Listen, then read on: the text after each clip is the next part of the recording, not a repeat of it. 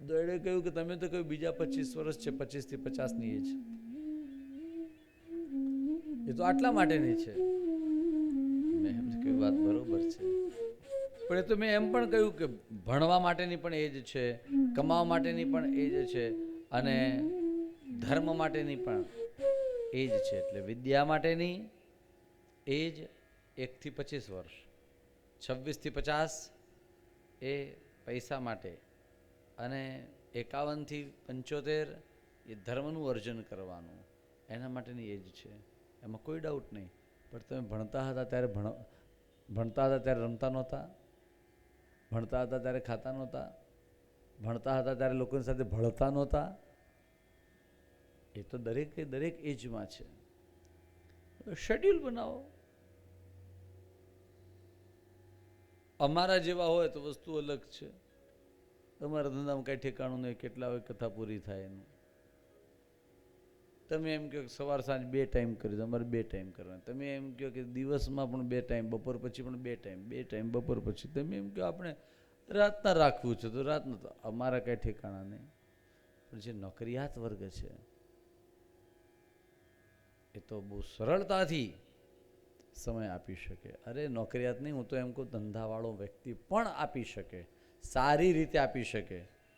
આ તો થોડીક અમારું થોડુંક ઓલું ચાલે છે એમ, એટલે અમને એમ થાય કે ચલો વધુમાં વધુ કથા થાય એટલા માટે અમે આવો ટાઈમ રાખીએ. બાકી એમ પણ કરી શકાય ભાઈ નહીં, હું એક જ ટાઈમ કથા કરું છું, આટલાથી આટલા વાગ્યા સુધી તમારે કરાવીએ તો કરાવો, નહીં તો કાંઈ નહીં. શેડ્યુલ બધા હચવાઈ જાય. પરંતુ એ અમે નથી કરતા. પણ આ રીતનો એક શેડ્યુલ રાખો કે રોજે રોજ આટલાથી આટલા વાગ્યા સુધી હું ઘરે, આટલાથી આટલા વાગ્યા સુધી હું ઓફિસ, આટલાથી આટલા વાગ્યા સુધી હું છોકરા સાથે, તો બધું જ પોસિબલ છે. એમાં એમ કહ્યું કે કૃષ્ણ આટલા બધા વ્યસ્ત હોવા છતાં કૃષ્ણ પોતાના જીવનને, પોતાની લાઈફને, મેરેજ લાઈફમાં એના સ્પાઉસ કહેવાય ને, પત્નીને એવું જ કહેવાય, હા, એને એ ટાઈમ આપતા હતા. એમ મારે બોલવામાં ભૂલ થાય, પણ સ્પાઉસનો પોઝ પણ થઈ જાય મારું તો આ એ સમય આપતા હતા. તે રીતે પરિવારને પણ સમય આપવો જોઈએ. હવે તમે બધા તો ધોળા માથાવાળા બેઠેલા છો એટલે મારું આ બધું કહેવાનું કંઈ બહુ ઉગી નીકળે એવું નથી. એમ આ એક છે, બાકી આ મૂર્તિઓ એ થોડું સાંભળી લેશે તો સારું, એને વાંધો નહીં આવે. રાહિલ છે ને, કૃષ્ણ કનૈયા લાલ. તાત્પર્ય એવું છે કે કૃષ્ણ પણ પરિવારને સમય આપે છે. આ ગૃહસ્થ દર્શનની વાત બતાવી. પછી તો કૃષ્ણ ભગવાન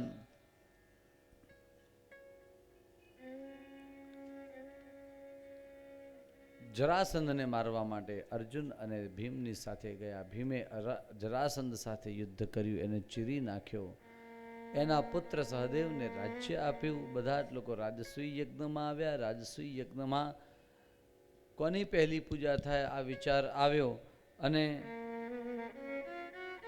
શિશુપાલ જરાસંધના પુત્રે એમ કહ્યું કે કૃષ્ણની પૂજા થાય. ત્યારે શિશુપાલે એમ કહ્યું કે નહીં, કૃષ્ણની નહીં. ન કહેવાના અનેક ગણા વચનો કહ્યા, અને ત્યારે 99 ગાળો ભગવાને માફ કરી દીધી. 100મી ગાળ આવી, ભગવાને ચક્ર છોડી એનું મસ્તક કપાયું.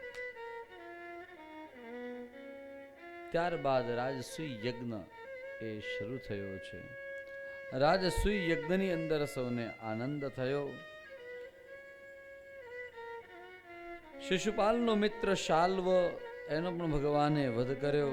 એનો બીજો એક મિત્ર પૌંડ્રક, એનો પણ વધ થયો. ભગવાને ત્યાર પછી દંતવક્ત્રનો પણ વધ કર્યો છે. શિશુપાલ અને દંતવક્ત્ર એ 3 જન્મના જય વિજય રાક્ષસની યોનિની અંદર ફરતા હતા. આ બંનેનો આજે હવે વધ થયો, અને બંને જણા ભગવાનના વૈકુંઠમાં પાછા ગોઠવાઈ ગયા. શ્રી બલરામજી દ્વારા અજાણતા રોમહર્ષણ મુનિ એટલે સૂતજીનો વધ થયો, તો એનું પ્રાયશ્ચિત્ત કરવા માટે એ ભારત વર્ષમાં નીકળી પડ્યા અને તીર્થયાત્રા એમણે કરી. ભગવાનની ઘણી બધી કથાઓ છે, કઈ કઈ કથાઓ કરીએ. એક એના મિત્રની કથા આવે, એના વગર દશમ સ્કંદ પૂરો ન થાય. આ મિત્ર શાંત છે અને સંતોષી છે, જીતેન્દ્રિય છે.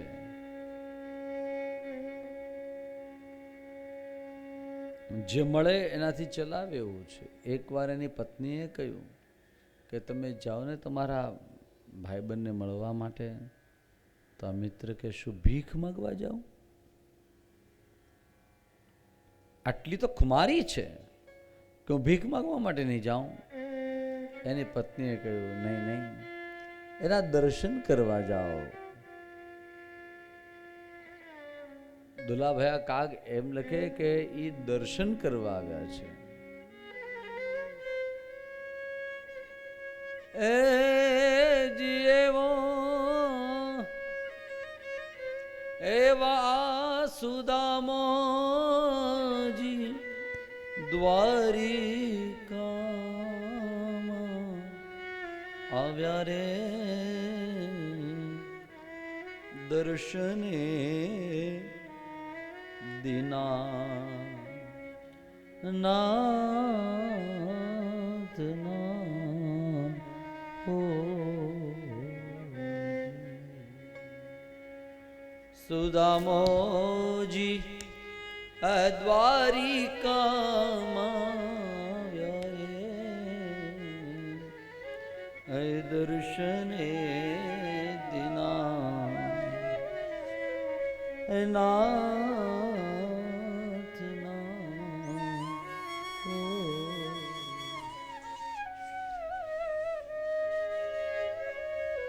અંગે નથી અંગરખા, પગે નથી પગરખા, આ બધું વર્ણન કર્યું કાગે.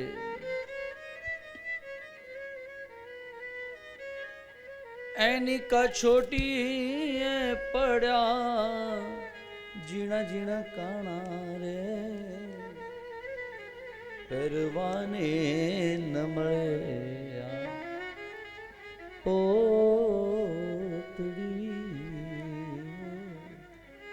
નામ એવું સાંભળીને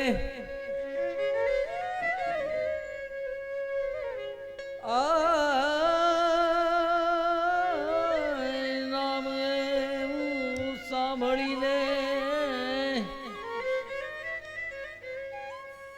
દોડ્યા ગીરધારી રે.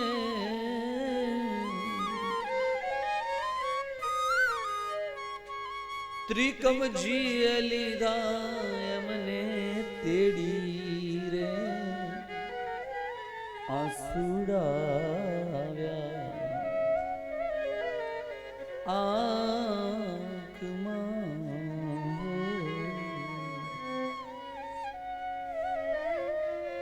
એવા સુદામોજી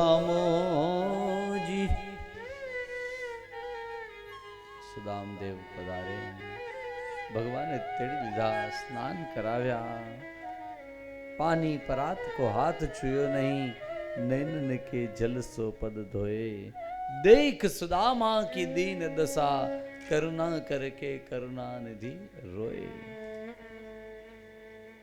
નાઈ ધોઈ રાજભોગ આરોગીને બંને મિત્રો બેઠા હતા અને ત્યારે શ્રી ઠાકોરજી પૂછ્યું પછી શામળીઓજી બોલિયા તને સાંભરે રે આજી, નાનપણાનો ને મને રે કેમ વિસરી.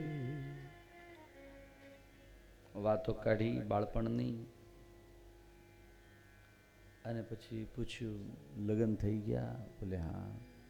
તો ભાભીએ મારી માટે કંઈ મોકલ્યું નહીં?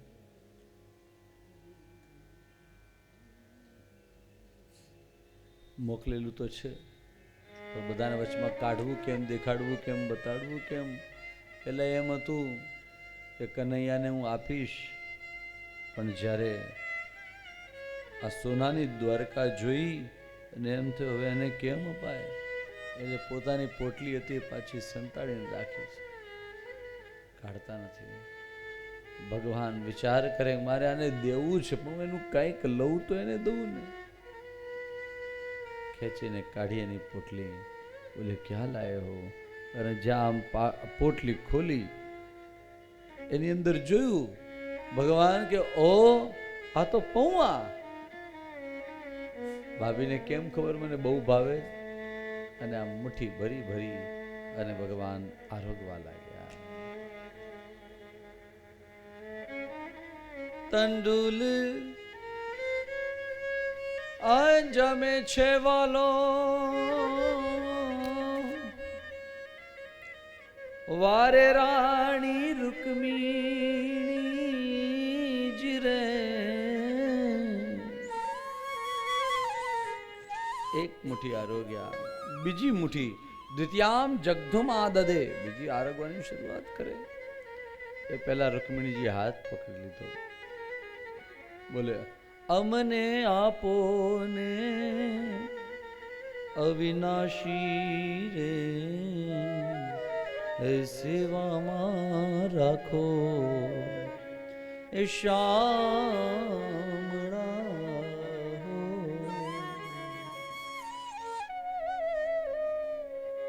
એક મુઠ્ઠી આરોગ્ય. ભગવાનનું ગણિત કંઈક અલગ જ હોય. હા, ઘણા દિવસ મહારાજ આ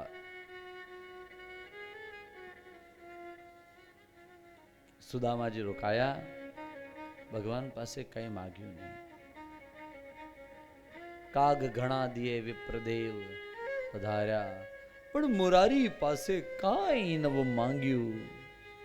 એ ધન્ય ધન્ય એની ધારણા. નહીં તો ક્યાં વધારે માગવાનું હતું, કેટલું માગવાનું? એમ કે આમાંથી એક ઈંટ કાઢીને આપી દે ને, વધારે ન જોઈતું. બધું સોનાનું જ હતું ને, સોલિડ હતું ને કે પોકળ? એક ઈંટ તો બહુ થઈ ગઈ. આ સુદામદેવને કેટલી જોઈએ? એને માગ્યું નહીં. ઈંટ ન માગી અને મહેલ મળ્યા.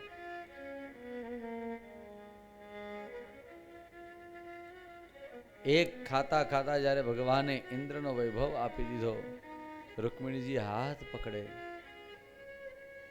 ભગવાન કે જો તું હાથ પકડે કે ગમે તેમ કરે તો મારે એને આપવાનું તો છે જ. બોલે પણ એ આટલા પૌવા આપ્યા તો આપણે એને એક ટ્રક ભરીને પૌવા મોકલાવી દઈએ. આપણે શું કરીએ? વ્યવહાર કેવી રીતે થાય? એને આપણે ઘરે 51 રૂપિયા ચાંદલો કર્યો તો આપણે કેટલો કરવાનો? હા,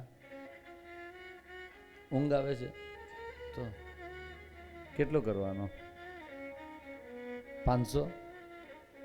શું બોલે? કોઈ કંઈક બોલે? એને આપણે તે 101નો ચાંદલો કર્યો, આપણે કેટલાનો કરવાનો?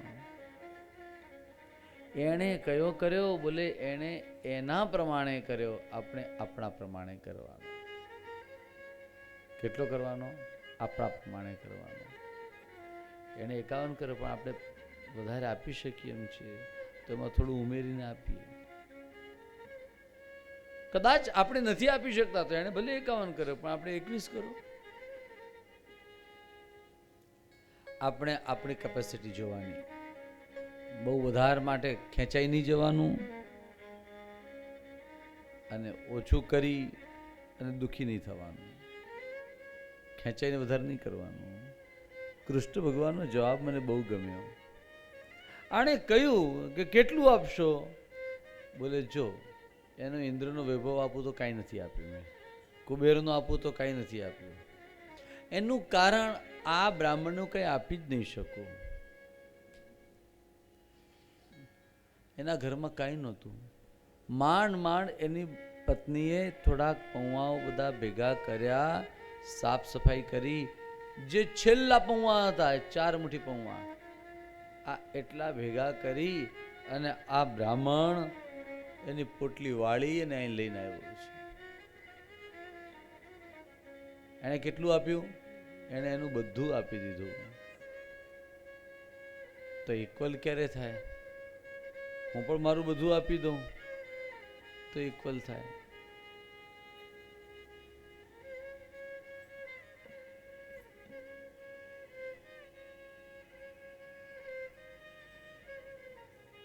રૂકમિણીજીની આંખમાં આંસુ આવ્યા. બોલે પ્રભુ આપ આટલું આપનું ગણિત આવું હશે ક્યાં મને ખબર હતી. ઇક્વલ તો ત્યારે થાય, સમાન તો ત્યારે થાય એણે એનું બધું આપ્યું, એના બદલામાં હું મારું બધું આપી દઉં.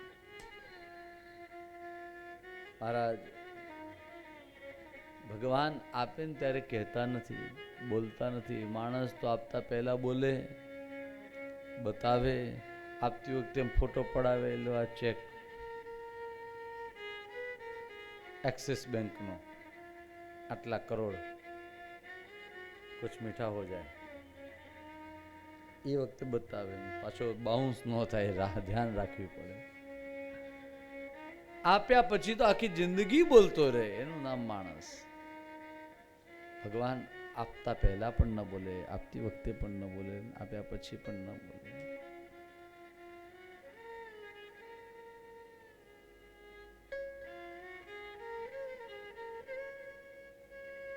महाराज સુખદેવજી એમ કહે કે સુદામાજી ઘરે પહોંચ્યા ને એમને અનેક ગણા સુવર્ણના મહેલ એમણે જોયા. આંખમાં આંસુ આવ્યા. બોલે નાથ આવું આપ્યું પણ મારે આ શું કામનું.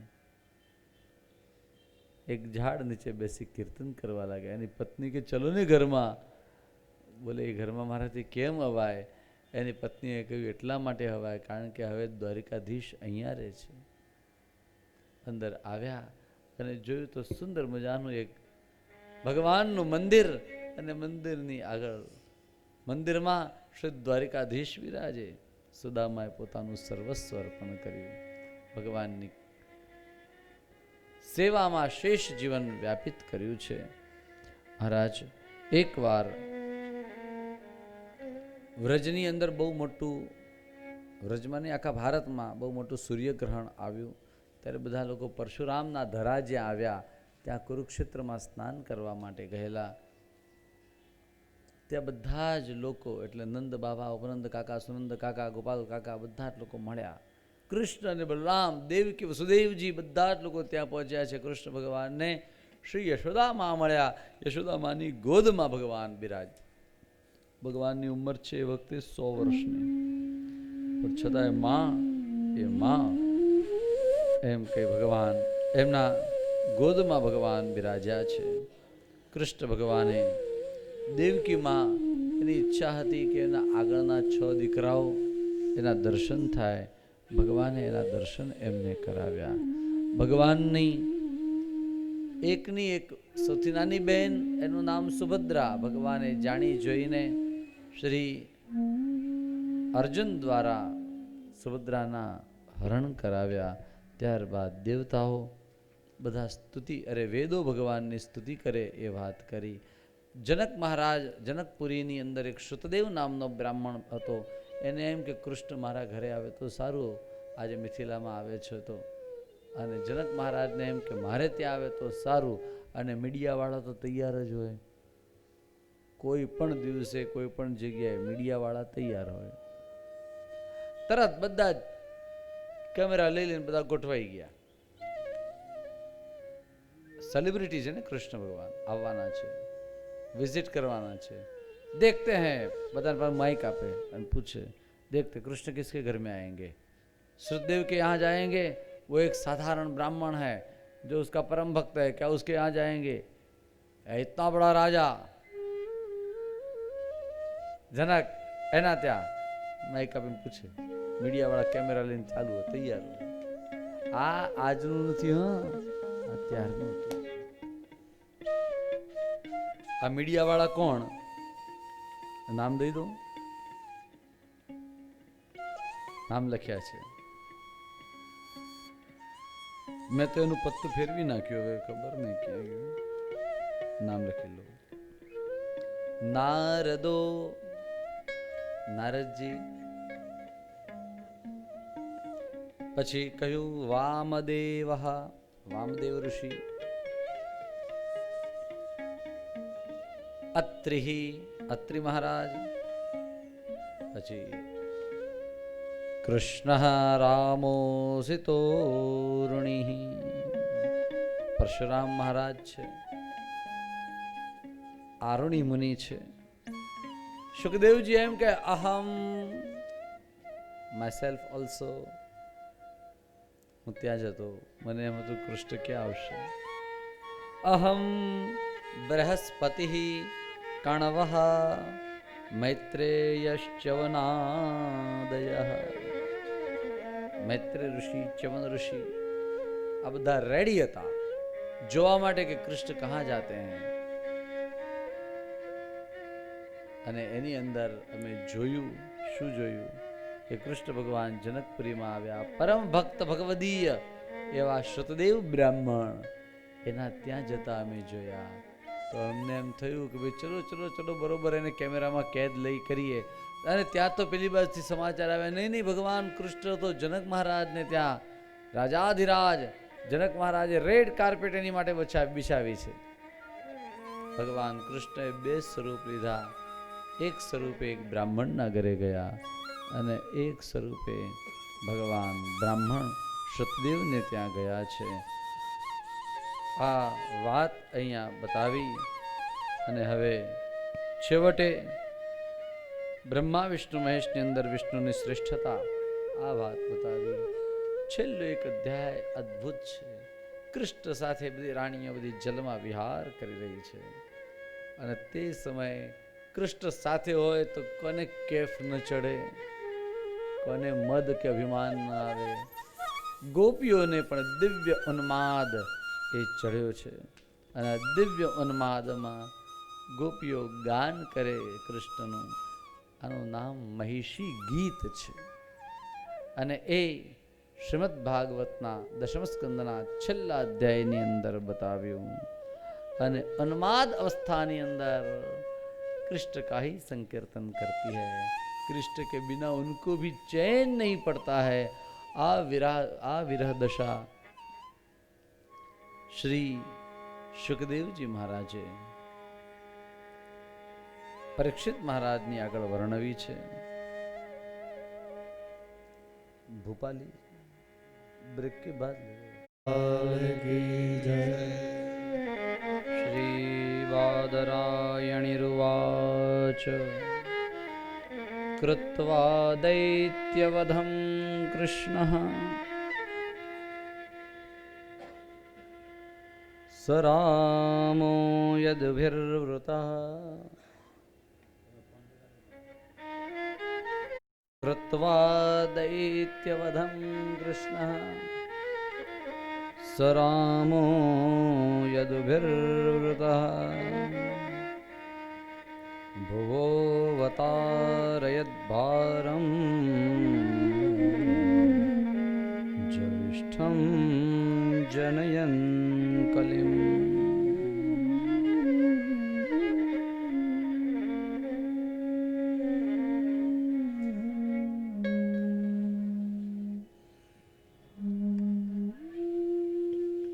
ભગવાનની લીલાઓ એટલી બધી છે.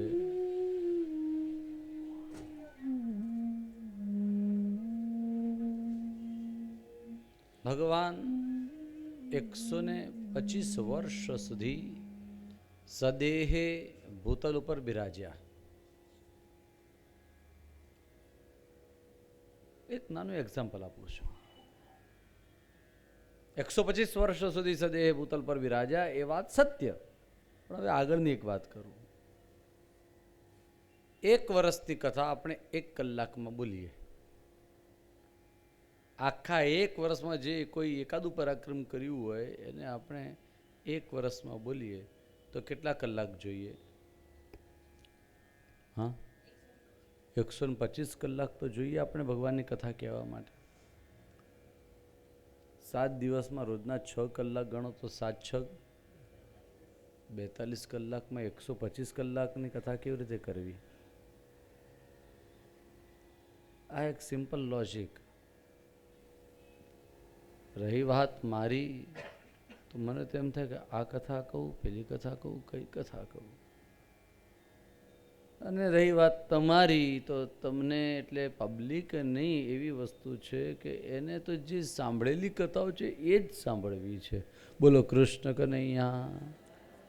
હું એમ કહું કે કૃષ્ણની આવી પણ એક બીજી કથા છે, તો કે એ તો વાત બરોબર, પણ પેલી કથા કેમ ન કહી? એ તો આવી જ નહીં. આ ન આવી મતલબ તમને કથા કરતા આવડતું નથી. સુદામાની કથા થોડીક ટૂંકી કરી દઈએ તો કે નહીં, એને તો 2.5-3 કલાક સુધી કયો રડાવો. રડાવવા માટે કૃષ્ણ કથા નથી, હસાવવા માટે નથી. કૃષ્ણ કથા મનોરંજન માટે નહીં, મનોમંથન માટે છે. અને અનફોર્ચ્યુનેટલી આપણે એવું કરીએ છીએ કે માત્ર મનોરંજન માણી અને પાણીપુરી ખાઈને ઘર ભેગા. મતલબ જીભને પણ ચટપટું જોઈએ છે અને જીવને પણ ચટપટું જ જોઈએ છે. કોઈ હેલ્ધી વસ્તુ જોઈતી નથી. હેલ્ધી જોઈએ, હેલ્ધી વસ્તુ આવે તો એને હજમ કરવાની કદાચ તાકાત નથી. આપણું લીવર એને હજમ આમ નથી કરી શકતું. ખબર નહીં શું વાત છે, પણ હેલ્ધી ડિસ્કશન વી નેવર વોન્ટેડ. આપણે ક્યારે એવું ઈચ્છ્યું નહોતું, ઈચ્છતા નથી. ખબર નહીં ઈચ્છીશું કે નહીં. આ એક પ્રકારની જાગૃતિ જ્યાં સુધી આપણામાં નહીં આવે ત્યાં સુધી એની એ જ રટ ને એની એ જ કથાઓ બધું ગમે તે ચાલે. એની એ તો છે જ નહીં. મૂળ વાત એમ છે કે કૃષ્ણની એટલી બધી કથાઓ એવી છે કે જેનો સ્પર્શ પણ તમે નહીં કર્યો હોય, ક્યારેક સાંભળી પણ નહીં હોય, એવી પણ કથાઓ છે. બાય ધ વે 7 દિવસના 6 કલાક પ્રમાણે આપણે 42 કલાક ગણ્યા, પણ પ્રોબ્લેમ તો એવો થાય છે કે ચોથા દિવસે છેલ્લો અડધો કલાક એ કૃષ્ણની કથા થાય. ચોથા દિવસે એટલે 3 દિવસ, એમાંથી 2 કે 2.5 દિવસ એમાં કૃષ્ણની કથા આવે. એટલે એક્ઝેક્ટ કાઉન્ટ કરીને કહું તો 15 કલાકની કૃષ્ણની કથા. 125 કલાકની કથા પણ નહીં. જ્યારે કથા તો એવી છે કે આપણે 7 દિવસની કથા લગભગ અરે ભગવાન 7 વર્ષના થયા ત્યાં સુધીની કથા આપણે લગભગ 11-12 કલાક સુધી ગાઈએ છીએ. મારો કહેવાનો આશય માત્ર એટલો છે કે કૃષ્ણની કથાઓ અનંત છે, પાર પામી શકાય એટલી નથી, નેવર એન્ડિંગ છે. જેમ એને સમજવું પણ તકલીફવાળી વસ્તુ છે, એમ એની કથાઓ પણ એટલી બધી છે કે એને ન સમજી શકે કે એટલી બધી છે. હા, મને કોઈએ કહેલું કે તો તમે તો કથા તો પૂરી થતી જ નથી, તો તમારે શું કરવાનું? મેં કીધું આ તો અમારો પ્રોગ્રામ જસ્ટ ડિસ્પ્લે માટે છે. ભાગવતનો ડિસ્પ્લે થાય છે, તમને ટેસ્ટ કરાવે. આમ તમે ચાખો, આ ચાખો, આ ચાખો, આ ચાખો, આ ચાખો. બધી કથાઓને ચાખી 7 દિવસ ને મજા આવી, ગમી તો ઘરે ઓરિજિનલ ભાગવત લાવો અને રોજ થોડું થોડું વાંચો. ઓરિજિનલ મૂળ ભાગવત છે એ, બીજા કોઈની કથા હોય એવું નહીં. એના માટે એક પૂજ્યપાદ પ્રાતસ્મરણીય કૃષ્ણશંકર શાસ્ત્રીજી, પૂજ્ય દાદાજીનું એક ભાગવત છે, બીજું સંસ્કૃત સાહિત્યનું છે, ત્રીજું ગીતા પ્રેસ ગોરખપુરનું છે, વૈષ્ણવોને ગમતું અને અતિ ઉત્તમ એવું પાટણથી પ્રસિદ્ધ થયેલું 2 વોલ્યુમની અંદર શ્રીમદ ભાગવત એ છે. પછી કથાનો જેણે કથાઓ કરી અને કથાવાળું ભાગવત છે એવું નહીં. આ ભાગવતને રોજ વાંચો. અચ્છા, બીજી એક વાત કરી દઉં, તમે પહેલી વાર વાંચશો એટલે કદાચ તમને થોડું ઘણું ખબર નહીં પણ પડે. બોલો કૃષ્ણ કનૈયા. તમને ખબર નહીં પડે એની પણ ગેરંટી. 100% પહેલી વાર તમે વાંચશો તો તમે 100% નહીં સમજો, પણ લગભગ 60-70% તમને સમજ પડશે. 30-40% તમને નહીં સમજાય, પણ છતાંય આ ભાગવત વાંચવું જોઈએ. ચલો હું મારી વાત કરું, બીજાની શું વાત કરવી. અત્યારે હાલની આપણી વાત કરીએ. તો આજના અત્યારે હાલના તબક્કે આપણી પાસે 1 કલાક 1.5 કલાક એટલું છે, બરોબર કે વધારે? ભાગવતના સ્કંધ કેટલા? 12. અધ્યાયો કેટલા? 335 અધ્યાયો. હવે 335માંથી હજુ લગભગ 31 ને 13 44 અધ્યાયની કથા બાકી છે. ક્યારે પૂરી થાય? 1 કલાકમાં. આજ સવારની વાત કરો તો લગભગ સવારે 80 અધ્યાયની કથા બાકી હતી. મેં આ છેલ્લા 44 નહીં, તમે 40 સમજો તો આ છેલ્લા 1 કલાક મેં કથા કરી. એમાં તમને એમ લાગે મેં 40 અધ્યાયોની કથા કરી? મેં નહીં, કયો કથાકાર જે છે આજે પણ ભૂતલ ઉપર કે જે કરી શકે? આજની તારીખમાં તો કોઈ એવો પૃથ્વી ઉપર છે નહીં જે કરી શકે. આ ભાગવતજીની સન્મુખમાં હું તો દરેક જગ્યાએ વાત કરું કે મારી અને તમારી એટલે એક વક્તા અને એક શ્રોતા, એની વચમાં ઠાકોરજી છે. કોણ છે? આ બંને એ સતત ધ્યાનમાં રાખવું. વક્તાએ તો ખાસ ભગવાનની એટલી કૃપા અને ભગવાનની એવી લીલા છે કે શ્રોતાઓને તો ભગવાન દેખાય છે, વક્તાને ઉપર બેઠા પછી ઘણીવાર ન દેખાય. મને ખૂબ દુઃખ થાય કે શા માટે એવું કરવાનું. દેખાય છે બીજી રીતે. તમે જુઓ તો તમને મારી પાછળ બીજા બધા ચિત્રો ભગવાનના દેખાતા હશે, મને કઈ બધા લૌકિક ચિત્રો જ દેખાય છે. ભગવાન ક્યાં છે ખબર નથી પડતી. પણ આ વસ્તુ કોઈ પણ વક્તાએ ન ભૂલવી જોઈએ કે આજ मेरे और श्रोता के बीच में मेरे ठाकुर जी. અહીંથી જે એક એક અક્ષર બોલાય છે બધું પહેલાં એની પાસે જાય છે અને એ તમારા સુધી પહોંચાડે છે. કોઈ એવી વાતો હોય તો કનૈયો પોતે જ રોકી લે કે નહીં નહીં, આ એને કહેવા જેવી નથી. તમારા કાનમાં આવે પણ તમારા ધ્યાનમાં ન આવે. વાત સમજાય છે? એ વાત જે અહીંથી નીકળી કનૈયા અહીંથી પાસ કરી પણ એની ઈચ્છા ન હોય તો ન આવે. કાનમાં આવે તમારા ધ્યાનમાં ન આવે. તો હંમેશા આ વાતનું અનુસંધાન રહે કે એક વક્તા અને એક શ્રોતા એની વચ્ચે ઠાકોરજી છે અને એના લીધે જ આપણો રિલેશન છે. કનૈયો જ ન હોય ઠાકોરજીનો તો મારો તમારો શું રસ્તો? ક્યા રિશ્તા ક્યા હમારા ઓર આપકા?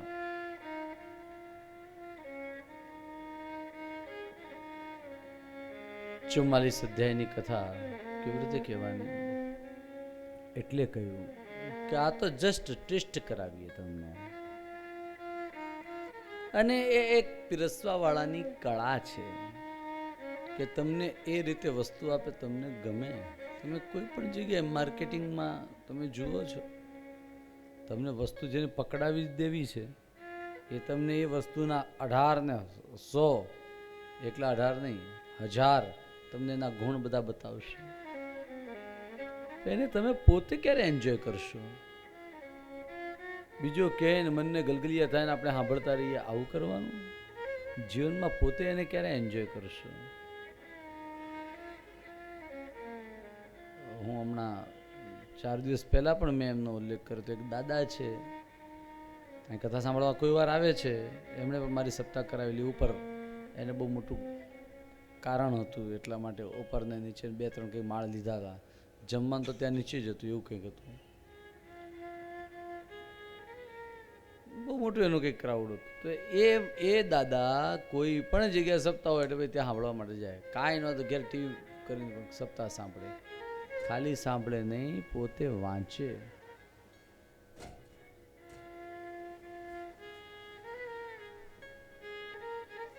પોતે મૂળ ભાગવત વાંચે. મારી કથા ચાલતી હતી એમના ઘરે અને કથા થઈ અને મુચકુંદની સ્તુતિ એની આવીને એણે ઉતરીને પછી મને કહ્યું, મુચકુંદ રાજાએ કેટલી બધી સ્તુતિ કરી છે, એની બધી વાત મને કરી. મેં કહ્યું નહીં, એ તો થોડીક જ કરેલી છે. કે ના ના બહુ લાંબી છે, તમે વાંચજો શાસ્ત્રીજી. મને ખબર હતી, પણ એની જે જાગૃતિ કે મૂળની અંદર મુચકુંદ રાજાએ કેટલી સ્તુતિ કરી છે, તો આ રીતના આપણે જાગૃત કેમ નથી? એટલે એક જમાનો હતો, તમને ખબર હોય ન હોય, હું તમને કહું, લોકો છે ને કથા સાંભળવા બેસે ને તો આમ પાટલું હોય ને મહારાજનો, એની આગળ માજી બેઠા હોય કંકુની વાટકી લઈને અને કાગળ લઈને કે પાટલો, તમે પેલા રાંદલમાં ગોળણી કરો તો પછી કેમ આને ચાંદલો કરો, પછી એક પાટલા ઉપર ચાંદલો કરો ને ગણતરી રહે, એવું કરો છો ને? એમ કે 13મો અધ્યાય પૂરો થયો એમ કે પેલો ચાંદલો કરે, પછી 14મા અધ્યાયની કથા કરે, એ પૂરો થયો ચાંદલો કરે. દશમ સ્કંદના 90 અધ્યાય હોય તો 90 અધ્યાયોની કથા થતી. આજે અનફોર્ચ્યુનેટલી 90 અધ્યાયની વાત તો ઠીક છે, પણ આખા સ્કંદના સ્કંદ ઉડી જાય છે. શ્રોતાએ જાગૃત થવાની જરૂર છે. ભાગવત એ શ્રોતાના હૃદયની અંદર ભગવાનનો પ્રવેશ થાય, ભગવાન નિત્ય બિરાજે એના માટે છે, ખાલી મનોરંજન માટે નથી. રહી વાત પિતૃની, મને કાલ કોઈ કહેતું હતું કે તમારા જેવા અમને વક્તા મળ્યા એટલે અમારા તો પિતૃનો ઉદ્ધાર થઈ જ ગયો. મારા મળવાથી તમારા પિતૃનો ઉદ્ધાર થાય? કોઈ વ્યક્તિથી થાય એ વસ્તુ ભૂલી જાઓ. તમારી નિષ્ઠાથી થાય છે, તમારી શ્રદ્ધાથી થાય છે. તમે શ્રદ્ધાથી પથરા ઉપર ચાંદલો કરો તો એમાંથી પ્રભુ પ્રગટે. રસ્તે રખડતો પાણો, એની ઉપર તમે ચાંદલો કરીને પગે લાગો તો ભગવાન એમાંથી પ્રગટ થાય થાય ને થાય. ये मेरी श्रद्धा नहीं है, ये मेरा विश्वास है 100%. ભગવાન કૃષ્ણએ આવું ભગવદ્ ગીતામાં કહ્યું છે, યો યો યામ યામ તનુમ ભક્તઃ શ્રદ્ધયા અર્ચિતમિચ્છતિ.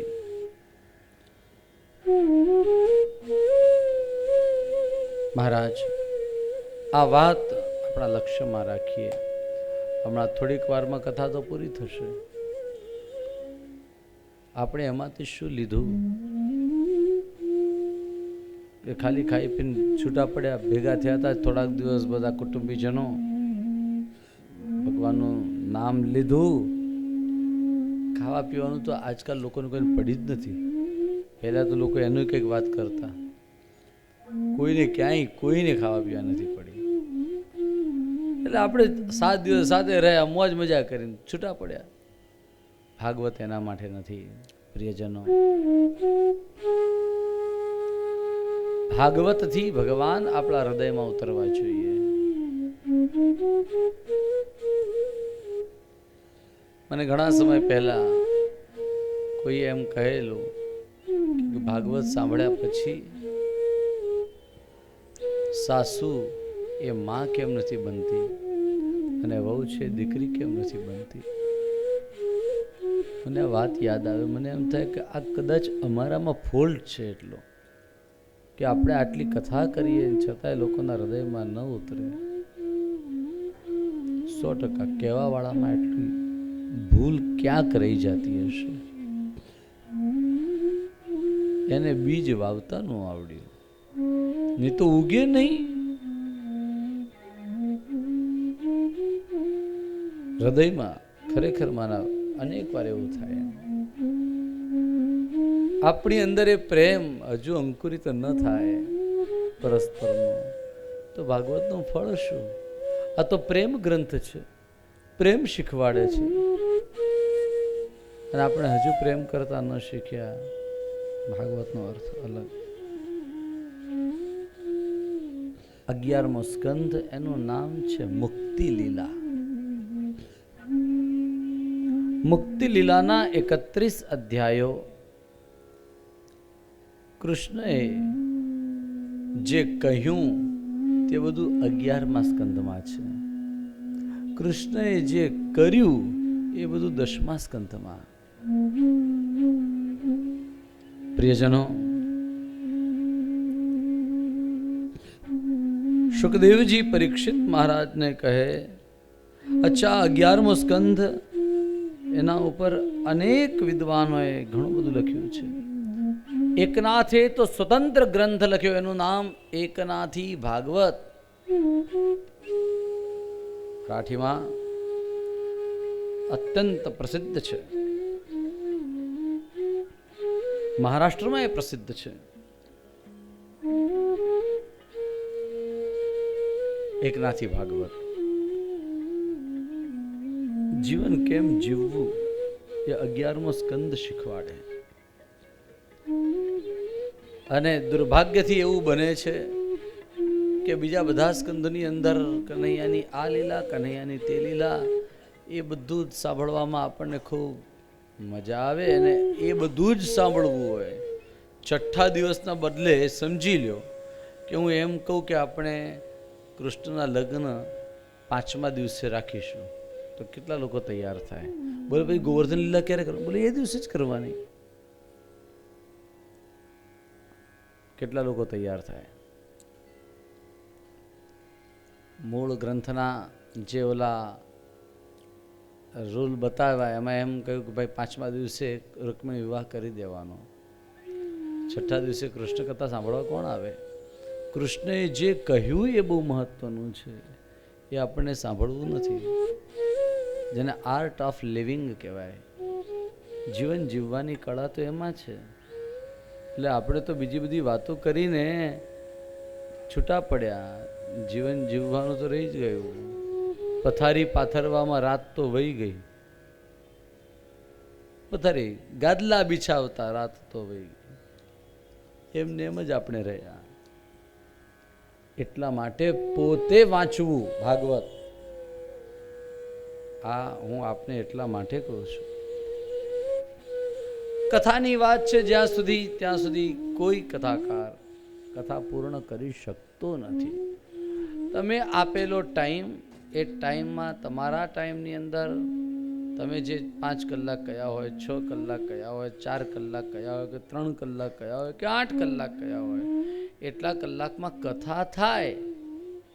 પણ છતાંય મર્યાદા છે સમયની. એટલે એક કથાનો વિસ્તાર થાય તો બીજી કથા ટૂંકી થઈ જાય, બીજીનો વિસ્તાર થાય તો ત્રીજી ટૂંકી થઈ જાય. 11મો સ્કંધ આર્ટ ઓફ લિવિંગ, મુક્તિ. મુક્તિ એટલે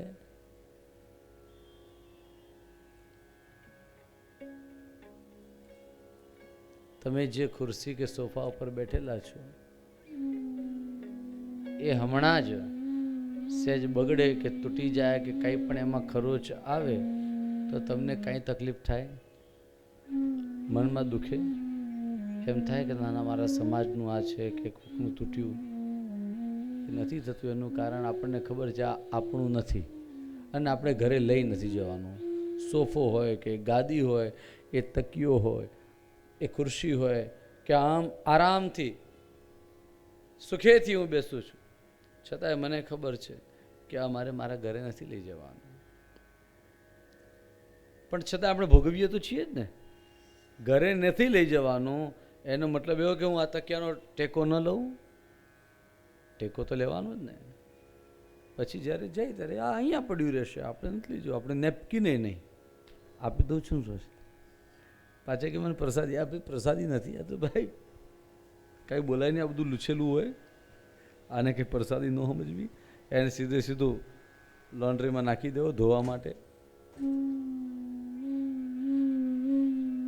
જે ક્લોથ બિન હોય તમારું ધોવા માટેનું, એ જ કહેવાય ને. કંઈક નાખી દેવું. કોઈ વસ્તુ નથી લઈ જવાની, છતાંય બધી જ ભોગવવાની. આ ગાદી, આ તકિયો, આ માઇક, આ નેપકિન, બધું તમારું, બધી ભોગવવાનું. પણ ભોગવતી વખતે ધ્યાન રહે કે આ મારે લઈ નથી જવાનું. That is detachment. We must enjoy it. એને એન્જોય કરતાં કરતાં પણ માઇન્ડમાં હંમેશા એવું રહે કે આ મારે સાથે નથી લઈ જવાનું. આ રીતનું જીવન હોય તો એ મુક્ત કહેવાય, એ બંધનમાં ન કહેવાય. પણ તમે એમ સમજી લો કે આ જે ચાદર છે ને સોનાની ઘૂઘરીઓ હોય તો સોનાની હોય કે ચાંદીની હોય કે ડાયમંડ એમાં મુકાવ્યા હોય તો મારે શું? હા, પણ આ પેલું ઓઢાડી ગયા ઓલા ભાઈ એ હોય તો આને કાંઈક થઈ જાય તો હજી ઊંચો થઈ જાય. સાચું કહું તો મારું ન થાય. આ એકદમ સત્ય વાત છે. ભગવાન સાક્ષી છે, આપણા બેની વચમાં ભગવાન છે. ન થાય, પણ કદાચ ક્યાંક સાતમા પડદે થાય તો એટલા માટે થાય કારણ કે મારે લઈ જવાનું છે. શા માટે થાય? મારે લઈ જવાનું છે એટલા માટે થાય. જે વસ્તુ લઈ જવાનું એમાં આસક્તિ, જે નથી લઈ જવાનું એમાં શું આસક્તિ રાખવી? એનું નામ 11મો સ્કંદ. આ રીતે જીવન જીવતા તમે એક એક્ઝામ્પલ તરીકે સમજી લો, તમને ગમતી સિરિયલ આવતી હોય અને એ જ સમયે પાવર જાય, લાઈટ જાય, વીજળી જાય, તો એ વખતે માથે હાથ ન મૂકીએ. હવે બંધ ન આવી તો ગયું. અરે આને અત્યારે જ બંધ થવું હતું. અરે ખાસ એપિસોડ છે આ તો પાછો રિપીટ ટેલિકાસ્ટ થતું નથી. શું કરશું?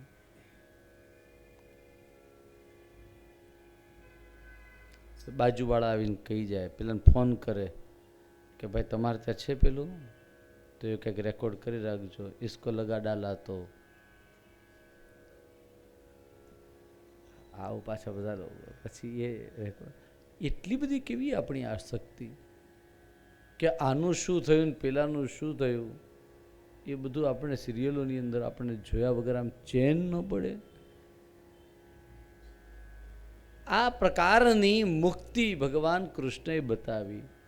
એણે એમ ન કે તમે ઘર બહાર છોડી દો, એણે એમ કે તમારે ઘર છોડવાની જરૂર નહીં, તમારે ટીવી છોડવાની જરૂર નહીં, પણ ટીવીની આસક્તિ છોડી દો. કદાચ એ સિરિયલ તમે જોતા લાઈટ જતી ગયું, જવા દો. એ નહીં તો ઓર સહી, ચલો આપણે કંઈક બીજું કરીએ. હાલો, એ હોના ચાંદીથી મળેલી ચાદર હોય તો પણ મારે નથી લઈ જવાની. આ કોન્સેપ્ટ ક્લિયર હોય તો ચિંતા જ નથી. આ ડિટેચમેન્ટ, અનાસક્ત થઈને પણ જીવવું, મુક્તિ કોને કહેવાય? બંધન ખબર પડે કે નહીં? આ બંધન ન હોય એનું નામ મુક્તિ. મુક્તિ એવું કોઈ લોક નથી કે તમારે ત્યાં જવાનું, એવી કોઈ જગ્યા નથી. તમે જ્યાં ઊભા છો ત્યાંની જ બધી દિવાલો પડી જાય એટલે તમે મુક્ત. તમે એના એ દિવાલ ન રહી. દેટ ઇઝ મુક્તિ. ભગવાન કૃષ્ણએ આ વસ્તુ એમાં સમજાવી. યાદવોને ઋષિઓનો શાપ લાગ્યો. જે લોકો ઉદ્ધત થયેલા હતા, સાંબને સ્ત્રીનો વેશ પહેરાવી અને ઋષિઓની પાસે લાવ્યા અને પૂછ્યું કે એને છોકરો આવશે કે છોકરી? તો ઋષિઓ જાણી ગયા. એણે કહ્યું આ તો બધા પરીક્ષાઓ કરવા આવ્યા. એણે કહ્યું એને સાંબેલું જન્મશે. અને બધા કપડાં બધા કાઢ્યા તો સાંબેલું નીકળ્યું. તો સાંબેલું શું કરવું? ઉગ્રસેન રાજાને પૂછ્યું. ઉગ્રસેન રાજા એને કહ્યું કે આનો ચૂરો કરીને ફેંકી દો. એનો જે ચૂરો કરી ઘસીને એનો જે ચૂરો કર્યો એ ચૂરો બધો દરિયામાં નાખ્યો. એનો એક જે ટુકડો વધ્યો હતો એ પણ દરિયામાં પધરાવ્યો. આ જે ચૂરો હતો એ સમુદ્રના તરંગ ઉપર સવાર થઈ અને પહોંચ્યો છેક વેરાવળ પ્રભાસ. એમાંથી એરકા નામની વનસ્પતિ થઈ. એના પત્તા તલવાર જેવા તીક્ષ્ણ હતા અને એ જ યાદવોને અંદર મરવા માટે નિમિત્ત બન્યા. જ્યારે પેલો ટુકડો હતો એ કોઈ માછલી ગળી ગઈ હતી, એને કોઈ માછીમારે પકડી તો એને ચીરી, એમાંથી આ ટુકડો નીકળ્યો. એને એમ લાગ્યું કે હું મારા બાણની આગળ લગાડું તો એ સારું શાર્પનેસ એની અંદર રહેશે, અણીદાર રહેશે, તો ગમે ત્યારે કોઈને મારવા માટે કામ લાગશે. આ મૂળિયા અહીંયા વવાયા. શ્રી નારદજી શ્રી વસુદેવ દેવકીજીની પાસે પધાર્યા. વસુદેવ દેવકીએ ભાગવત ધર્મ વિશે વાતો પૂછી અને નારદજી એનું જ્ઞાન એમને આપ્યું. ભાગવત ધર્મ એ એવો ધર્મ છે કે યાન આસ્થાય નરો રાજન, જે ધર્મનો આશ્રય કર્યા પછી દાવન નિમિલ્યવા નેત્રે ન પતેત ન સ્ખલેદિહ. આ ભાગવત ધર્મ એવો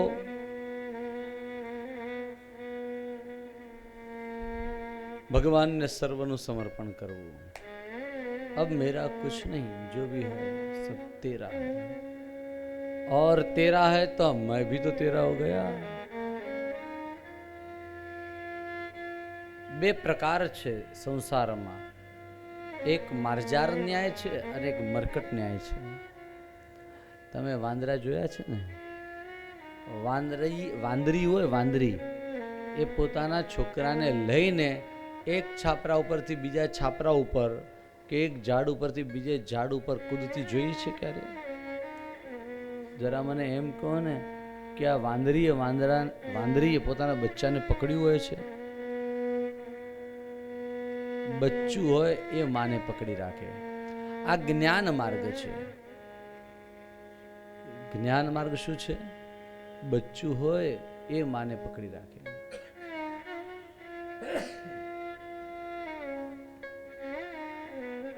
બાળક એટલે આ જે જ્ઞાની છે એ ઈશ્વરને પકડી રાખે. અને એમાં સમજી લો કે એક છાપરા ઉપરથી બીજું કૂદકો મારતો હોય, બીજા છાપરા ઉપર વાંદરું, અને એમાં છૂટી જાય તો ભૂલ કોની? એની માની? બચ્ચાની જ ભૂલ. જેણે પકડ્યું એની ભૂલ. વાંદરીને કાંઈ નહીં. આ એક. અને બીજું એક ઉદાહરણ છે બિલાડીનું.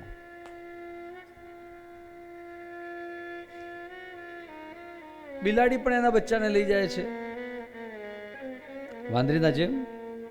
તો મોઢામાં પકડીને, મોઢાથી કેવી રીતે પકડે જોયેલું છે ને?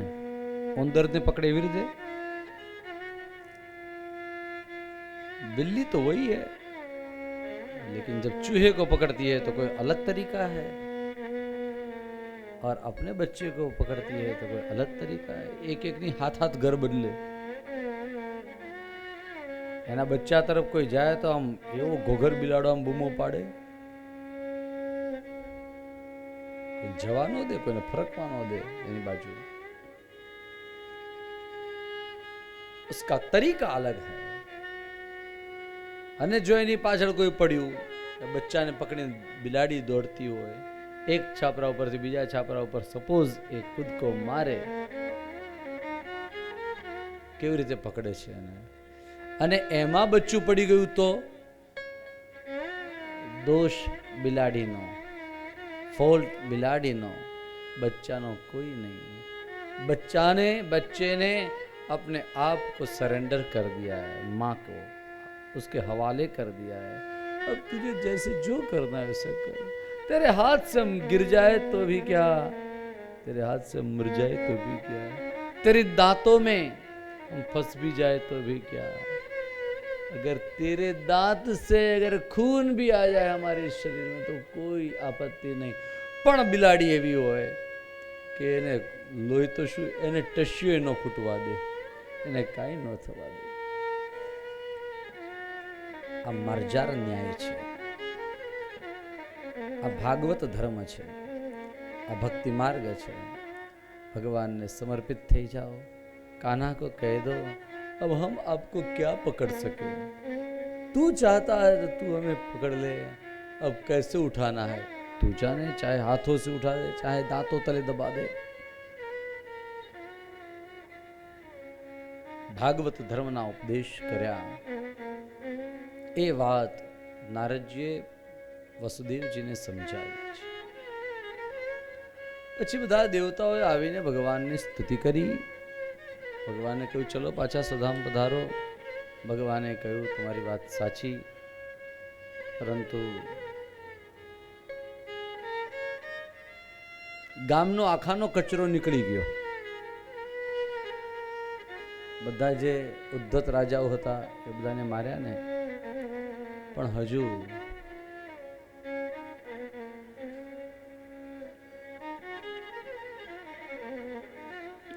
અમારા ઘરનો કચરો કાઢવાનો બાકી છે. ઘરમાં જે યાદવો હતા કે છે એ બધા ઉદ્ધત થયા છે.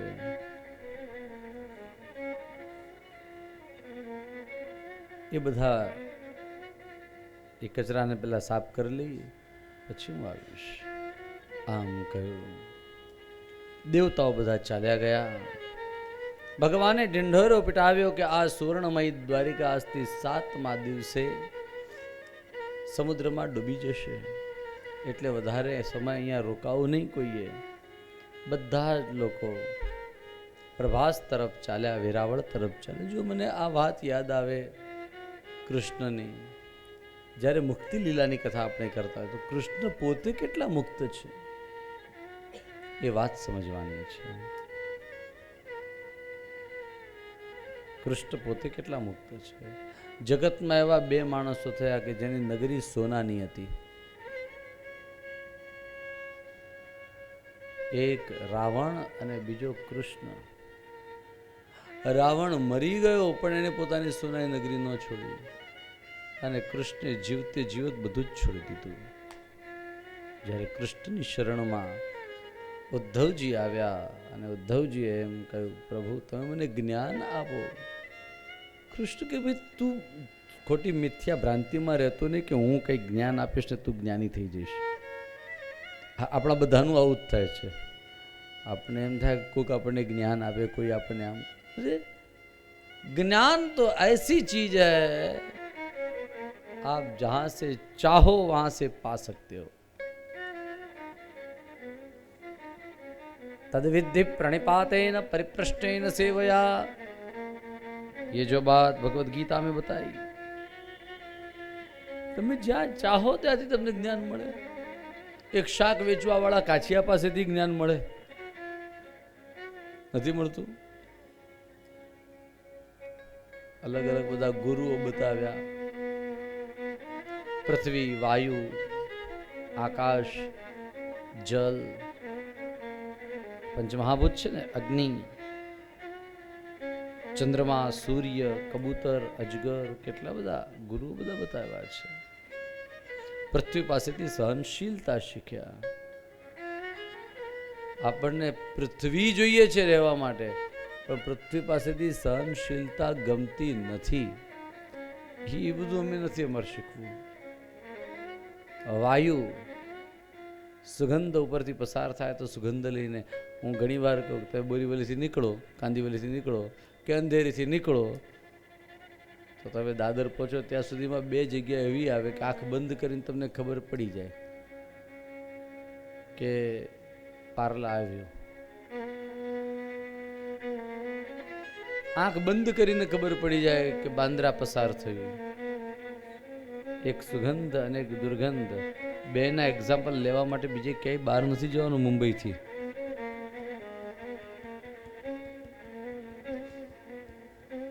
આ વાયુ સુગંધ ઉપરથી પસાર થયો, આપણને સુગંધ એણે આપી. દુર્ગંધ ઉપરથી પસાર થયો, એ દુર્ગંધ આપી. વાયુનું પોતાનું કાંઈ નથી. વાયુ પાસે આ શીખ્યો. આકાશ પાસેથી વ્યાપકતા એ શીખ્યા. પાણી તો બહુ મોટું ફેક્ટર છે. એની પાસે તો શીખવા જેવું કેટલું બધું છે.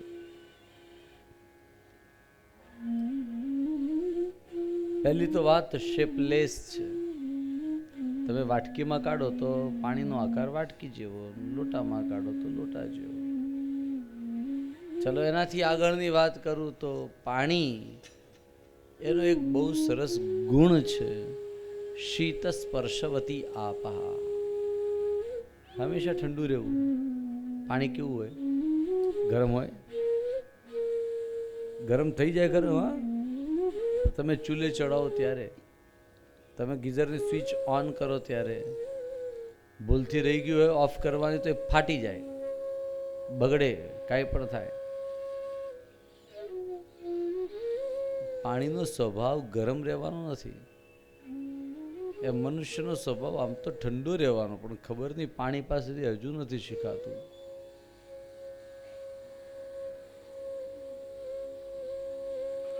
વર્ષો વહી જાય ને તોય મગજમાં ખબર નહીં એ ભૂત ભરાયેલું હોય. મારા છોકરાના લગ્નમાં એ નહોતા આવ્યા. મને બરોબર યાદ છે, આજથી 14 વર્ષ પહેલા હું એના ઘરે ગઈ હતી, પગે લાગી હતી, મેં એમને કેટલું કરી પણ નહોતા આવ્યા. હું હવે નહીં આવું એના છોકરાના લગ્નમાં. પેલો ધણી એને સમજાવ્યું, ભાઈ ચાલો ને જવા દો ને, હવે જે થઈ ગયું જવા દો. હું ઘરમાં ખીચડી બનાવીને ખાઈશ પણ એના ઘર નહીં આવું. અરે પણ શા માટે મરો છો?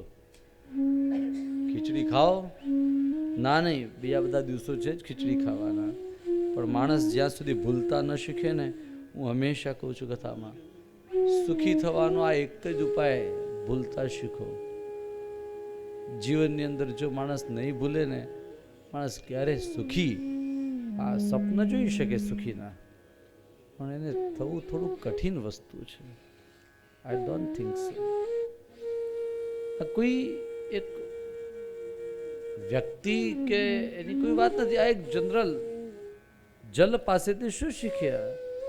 જે અવધૂતે યદુ મહારાજને 24 ગુરુઓ સમજાવ્યા, એમાંનો એક ગુરુ, એનું નામ જલ છે. જળ પાસેથી શું શીખવાનું? ગમે એટલું ગરમ થઈ ગયું એનું ટેમ્પરેચર, ચૂલો બંધ કરો એટલે એને મેળે ઠંડુ થવાની શરૂઆત થઈ જાય. ધીરે ધીરે ધીરે ધીરે ધીરે ધીરે કરીને ઠંડુ થઈ જાય. વર્ષો સુધી આવી ગરમી હોય જળની અંદર, પાણીમાં, એની ઠંડક આવી જાય. જળનું કામ ઠંડક આપવાનું છે પ્રિયજનો. અને આપણાથી કોઈને ઠંડક ન મળે તો આપણું જીવન કેવું? આપણે તો પાણી જેવાય ન થયા. એમ તો એક સમજવાની વાત છે. પૃથ્વી, વાયુ, આકાશ, આપહ, આપ એટલે જલ, પછી અગ્નિમાં અગ્નિ. યદુ મહારાજને અવધૂતે કહ્યું, અગ્નિ પાસેથી હું શું શીખ્યો? બોલે બધુંય ખાવા છતાંય અગ્નિ જે નકામી ચીજ હોય એને ન અડકે, વિષ્ઠાને ન બાળે. નાદત્તે મલમગ્નિવત, એને ન બાળે. આ વાત એની પાસે શીખ્યો. એક બોલે ચંદ્રમાને મેં મારો ગુરુ બનાવ્યો. ચંદ્રમા એ શું છે? ચંદ્રમા રોજ રોજ વધે, પૂનમ સુધી વધે, અને પછી રોજ પોતાની કળા એક એક આપતા આપતા આપતા આપતા અમાસના દિવસે સાવ ખાલી થઈ જાય. આજ જો રાત્રે ચંદ્રમા નહીં દેખાતો હોય,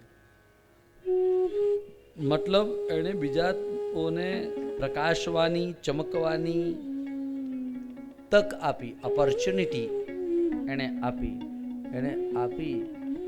એટલે તારલાઓ ચમકવા લાગ્યા. હંમેશા સમાજમાં એવું જ થતું હોય, જે માણસ બીજાને ચમકવાની તક આપે, જ્યારે આપે ત્યારે લોકો દિવાળી મનાવે છે. દિવાળી અમાસના દિવસે હોય, અને જે દિવસે બધું જ ફોકસ, ટોટલ ફોકસ મારા ઉપર, પોતે પોતાની જાતને જ આગળ રાખે, બીજાને દબાવે, એ દિવસે તો હોળી થતી હોય, જે પૂનમના દિવસે હોય છે. આટલી વસ્તુ સમજવાની વસ્તુ છે. આ ચંદ્રમા પાસેથી હું આ શીખ્યો. ચંદ્રમાએ બધું આપી દીધું, લોકો દિવાળી મનાવવા લાગ્યા. આનો આ ચંદ્રમા જ્યારે પોતે આખો 16 કળાએ ખીલ્યો, લોકો કોઈ દિવાળી નથી મનાવતા. ફાગણ સુદ પૂનમ થઈ જાય દિવસે.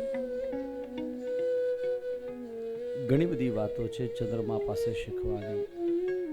સૂર્ય દરેક જગ્યાએ સમાન રીતે વર્તે છે. કોઈએ આણે આમ ને આણે તેમ કર્યું, સૂર્ય ન જુએ. સૂર્ય એમ નથી કહેતો કે આણે મને અર્ઘ્ય નથી આપે તો હું એને પ્રકાશ નહીં આપું. અને સૂર્ય કોઈની સોસાયટી ઉપર બોર્ડ નથી મારતો કે અહીંયા અમે એનર્જી મોકલીએ છીએ, અમે અહીંયા લાઇટ સપ્લાય કરીએ છીએ. કોઈની સોસાયટી પર ક્યાંય નહીં. બહુ મોટી વાત છે. કોણ મારે છે ને યારે લેવા દેવા નથી.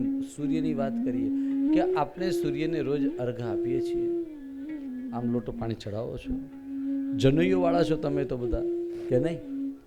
તો પછી વહાણા એટલે બ્રાહ્મણ જ કહેવાય. બ્રાહ્મણ એટલે ખાલી ધોતી પહેરવા વાળા નહીં, જેને યજ્ઞોપવિત ધારણ કરી એ બધા દ્વિજ કહેવાય. સૂર્યની આરાધના કરો છો, તમને જે મંત્ર આપ્યો ગાયત્રીનો એને બોલો છો, પણ છતાંય સૂર્ય પણ આપણને તેજ આપે છે ને. એક કબૂતરને મેં મારું ગુરુ બનાવ્યું.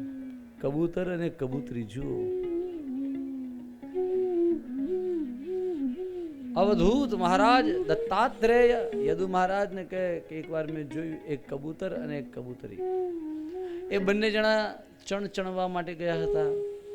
એક શિકારી આવ્યો, જ્યાં એનો માળો હતો ત્યાં નીચે એણે એવી જાળ પાથરી કે પેલા એના બચ્ચાઓ હતા બે, આ બંને બચ્ચાઓને એમ થયું મા બાપ આવે ક્યારે ને આપણે ખાશું ક્યારે, તો તરત એ ચણવા માટે પેલા બે બચ્ચાઓ હતા,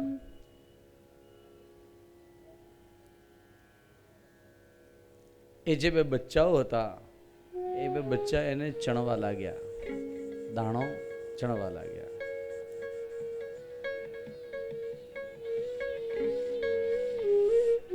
બેસો, જ્યાં જ્યાં વડીલને યોગ્ય લાગે ત્યાં બેસવાનું, નહીં તો મારે જગ્યા શોધવી પડે.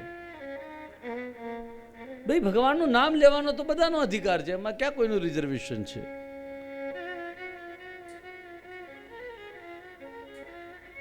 મને એકવાર કથામાં એવું થયેલું, મને કોઈ એમ કહ્યું કે આ ઓલો કે થાંભલો હતો ત્યાં હું કે ગઈકાલે હું બેઠો હતો, આજે બીજો ભાઈ બેસી ગયો, મારે એક અનુષ્ઠાનથી એક આસનથી હું કેવી રીતે બેસું? મગર થાંભલા પાસે જ બેસવાનું એવું લખેલું છે. એ કે ના, એમ કહેવાય ને કે ભાઈ એક જગ્યાએ બેસીને, એક જગ્યાએ એટલે મગજમાં એક આમ જગ્યા રાખવી અને ત્યાં એમ બેસીને એટલે એકાંતની અંદર બેસીને કથા સાંભળવી. હવે એકાંત તો હોય જ નહીં, કથામાં તો કેટલા બધા લોકો હોય, તો એનો અર્થ શું થાય એકાંતનો? એનો અર્થ એવો થાય જ્યાં એક પણ ન રહે, એકનો પણ અંત થઈ જાય. मैं ના રહું, તું ના રહે, એ એક પણ ન રહે, કારણ કે એટલું ત્યાં પહોંચી ગયું હોય કે હું છું એ પણ ધ્યાન ન રહે. એનું નામ એકાંત. એવા એક આસને બેસવું, એટલે તમે જે આસનમાં બેસતા તે બેસવાનું. એટલે આ જગ્યાએ તે જગ્યાએ ફિઝિકલીની વાત જ નથી, મેન્ટલી તમે કેવી રીતે બેઠેલા છો એ બહુ મહત્વનું છે. આપણે શારીરિક અથવા તો ભૌતિકતાને લીધે એટલા બધા ઉલઝનોમાં પડી જઈએ, આમ તેમ. મુખ્ય વાત તો બધું આખી મારી જાય વાત જ આખી. કબૂતર અને કબૂતરી બંને ચણવા ગયેલા. પેલા બંને જણા બે બાળકો નીચે ગયા, ફસાઈ ગયા જાળમાં અને મરાયા. બંને ફરીને આવ્યા, પેલા મોઢામાં દાણો લઈને આવ્યા કબૂતર ને કબૂતરી. અને કબૂતરી જોયું કે મારા છોકરાઓ, મારા બચ્ચાઓ નથી, ખૂબ રડવા લાગી. નીચે જોયું તો અહીંયા નીચે પડ્યા છે. કબૂતર એને સમજાવી, ન માની. એણે કહ્યું મારા છોકરા વગર મારે જીવીને શું કરવું છે? એણે ઝંપલાવ્યું અને આ ઝાડમાં પડી એણે પોતાનો પ્રાણ ખોયો. કબૂતરે વિચાર કર્યો, મારી બૈરી નહીં, મારા પોયરા નહીં, એટલે છોકરા નહીં, સંતાનો નહીં, હવે મારે જીવીને શું કરવું છે? હું મારી પત્ની વગર નહીં જીવી શકું, મારા સંતાનો વગર નહીં જીવું. આમ કરીને એણે પણ પડતું મૂક્યું. શિકારીને લોટરી લાગી એ વસ્તુ અલગ છે, પણ અવધૂત એમ બોલ્યા કે આવી આસક્તિ ખોટી. યાદ રાખો, આ આસક્તિ ખોટી છે. આવું અવધૂતે એમ કહ્યું. દત્તાત્રેય મહારાજ એમ કહે કે આસક્તિ આ રીતની જો થઈ તો માણસનો ક્યારે ઉદ્ધાર ના થાય.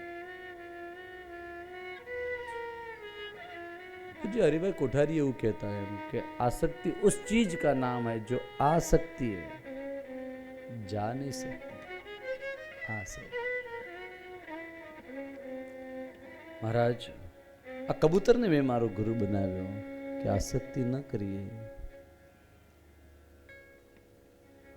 દરેકના ઋણાનુબંધ હોય, આ ઋણાનુબંધે કરી માણસને મળે, જીવને મળે અને ફરી પાછો અલગ થાય. લેણ દેણ પૂરું થયું એમ સમજવું. બહુ એના માટે દુઃખ ન કરવું, પછી લેણ દેણ પૂરું થયું એમ સમજી લેવાનું બસ. આ સિવાય બીજો કોઈ ઉપાય નથી એને સમજવા માટેનો. પછી કોઈ પણ સંબંધો હોય જીવનના, પતિ પત્ની ના હોય, ભાઈ ભાઈ ના હોય, માતા પિતા ના હોય, માતા પિતા સાથે સંતાનો ના હોય, કે આપણા પોતાના મા બાપ અને સંતાનો ના હોય, કોઈ પણ પ્રકારના સંબંધો લેણ દેણ પૂરી થઈ એમ સમજી લેવું. અજગરને મેં મારો ગુરુ બનાવ્યો. અજગર કાંઈ કામ ન કરે તો એને ખાવા મળે. અજગર કરે ન ચાકરી, પંછી કરે ન કામ, દાસ મુલક કા કહે ગયે સબકે દાતા રામ. અજગર કોઈ ચાકરી નથી કરતો છતાં એને બધું મળે છે. તો કમસે કમ આપણે ખોટા ધંધા તો ન કરીએ, કાળા કામ તો ન કરીએ. સમુદ્રને મેં મારો ગુરુ બનાવ્યો. સમુદ્ર સારી સારી વસ્તુઓ છે પોતાની પાસે રાખે, ડાયમંડ ને બધું એની પાસે, બધા હીરા મોતી બધું જ છે સમુદ્રના પેટાળમાં. પણ તમે નારિયેળનું પાણી પીને તરો પર નાખજો, પાછો બહાર. ગણપતિની મૂર્તિ અંદર પધરાવી, બીજા દિવસે કેટલી બધી બહાર. કોઈ ખરાબ વસ્તુ પોતાની પાસે સંઘરતો નથી સમુદ્ર. આ વાત સમુદ્ર પાસેથી સાંભળી. કપોતો અજગરસ સિંધુ, પતંગિયાને મેં મારો ગુરુ બનાવ્યો. રૂપની અંદર જે આસક્ત થયો વ્યક્તિ, पतंगे के जैसे जलता है, जैसे क्षमा में परवाना जलता है. રૂપ પાછળ એને એમ લાગે કે આ લાઈટ જે દેખાય ને કે બહુ રૂપાળું છે, બહુ સરસ સરસ છે, એની પાછળ પાછળ જાય, અથડાઈ અથડાઈને મરી જાય. દીવો હોય તો એની અંદર બળી બળીને મરી જાય. મધમાખી કેટલું બધું ભેગું કરે આખા ગામનું, પોતે કેટલું મધ પીવે, તો દુનિયા માટે ભેગું કરી કરીને મરી જવાનું. મધમાખી પાસેથી કાંઈ નહીં સમજવાનું. હાથી ચામડી ના ભોગ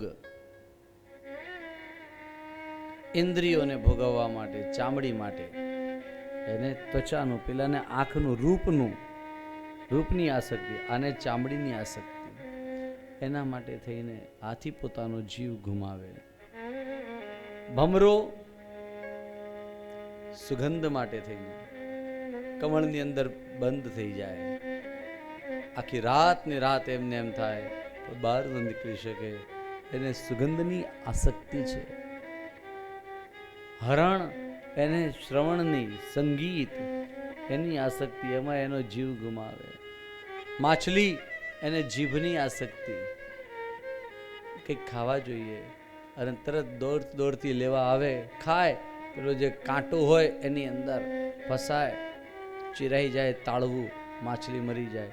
જીભ માટે થઈને આપણને તો બધું જીભને પણ સારું લાગે એવું જોઈએ, ચામડીને સારું લાગે એવું ગમે, નાકને સારું લાગે એવું જોઈએ, કાનને સારું લાગે એવું જોઈએ.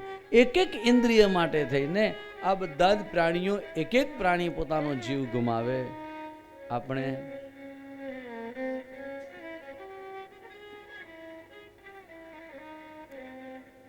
આપણે બધી ઇન્દ્રિયો માટે પ્રેમ છે, ખબર ને હું થશે એમ. મધુઆ હરિણો મીનહા, પિંગલા, એક પિંગલા નામની વેશ્યાને મેં મારી ગુરુ બનાવી. અવધૂત કે મારા 24 ગુરુઓ છે. પિંગલા આખી રાત એને રાહ જોઈ, સવાર પડવા આવી, 4:30-5 વાગ્યા, એને એમ થયું હવે કોઈ નહીં આવે એમ કરીને સુઈ ગઈ. હું એની પાસેથી શીખ્યો કે બહુ આશા ન રાખવી. આશા રાખીએ દુઃખી થાય. પિંગલાને એમ હતું કે મારે આ આવશે, મારે કોઈ ગ્રાહક આવશે, દુઃખી. નૈરાશ્યમ પરમમ સુખમ. એક્સપેક્ટેશન્સ દુઃખના કારણો છે. અપેક્ષા એ દુઃખનું કારણ છે. આપણે એક્સપેક્ટેશન ન હોય તો બિલ્ડિંગ આગળથી નીકળે ને એમ લાગે ભાઈ બીજા માળે રહે છે, હાલો હાલના અત્યારે 4 વાગ્યા છે તો જરા ચા પાણી કરતા જાય. ચા પીવા માટે 2 દાદરા ચડીને ઉપર ચડે, ઘરે તાળું હોય તો. એક્સપેક્ટેશન્સ હતા એટલે દુઃખી થવું પડ્યું ને. આશા હતી એટલે દુઃખી થવું પડ્યું. ચાલો તાળું નથી, છોડી. તમે ઘરે ગયા, તમને બોલાવ્યા એમણે, આવો આવો કરીને બેસા, પણ ચાનો ભાવ ન પૂછ્યો તો 15-20 મિનિટ, અડધો કલાક પછી નીચે ઉતરો, ગમે એટલો મોટો માણસ શું કરવાનું, આપણે ચાનું પાણી ન પૂછ્યું. ઘણા લોકો એવું હોય, ખબર નહીં કેમ, ન કીધું તો ન કહ્યું તો ન કહ્યું.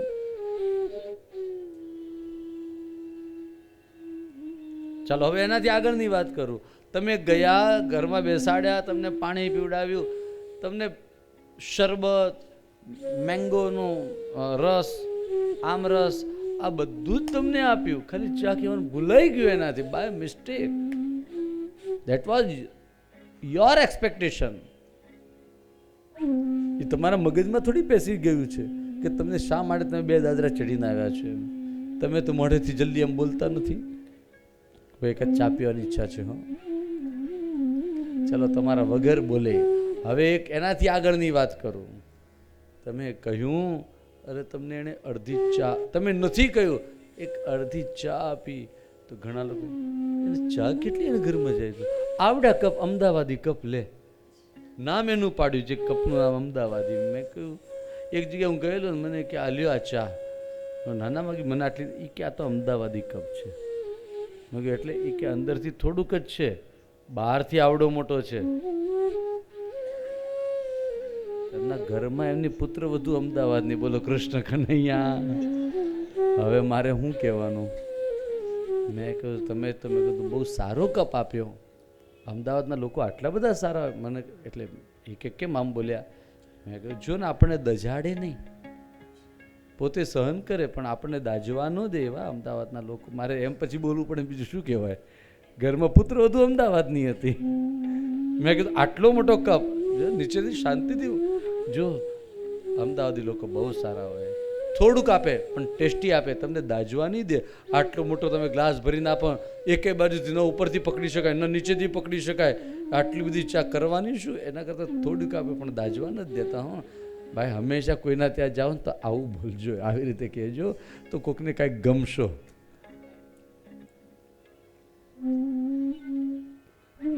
તો કોઈને ત્યાં આટલી, ચલો તમે ગયા અને તમને આટલી જ ચા આપી, અડધી આપી, તો એ અડધી ચા મળ્યાનું સુખ નહીં, expectations. See what I want to explain, અપેક્ષા આપણી એક કપની હતી, એટલે આપણને અડધું કપ આવ્યું તો દુઃખી થઈ ગયા. અને અડધા કપની મજા નથી માણતા, અડધો કપ ઓછો આવે એનું દુઃખ આપણને થાય છે. જે એક્સપેક્ટેશન્સ છે, જો એને અપેક્ષા નહીં હોય અને એમને તમે નીકળતા હશો, નીચે મળી જાય, અરે તમે અહીંયા ક્યાં આવ્યો, હાલો હાલો આ 2 દાદરા છે, ચડી જાઓ, ચલો ચલો કંઈક ચા પાણી કરીને જાજો. પરાણે તમારી ઈચ્છા ન હોય તમને પકડીને લઈ જાય. અપેક્ષા ન હોય એ માણસ વધારે સુખી થાય. અનપેક્ષ શુચિરદક્ષ, ભક્તનું લક્ષણ છે, અનપેક્ષ બને.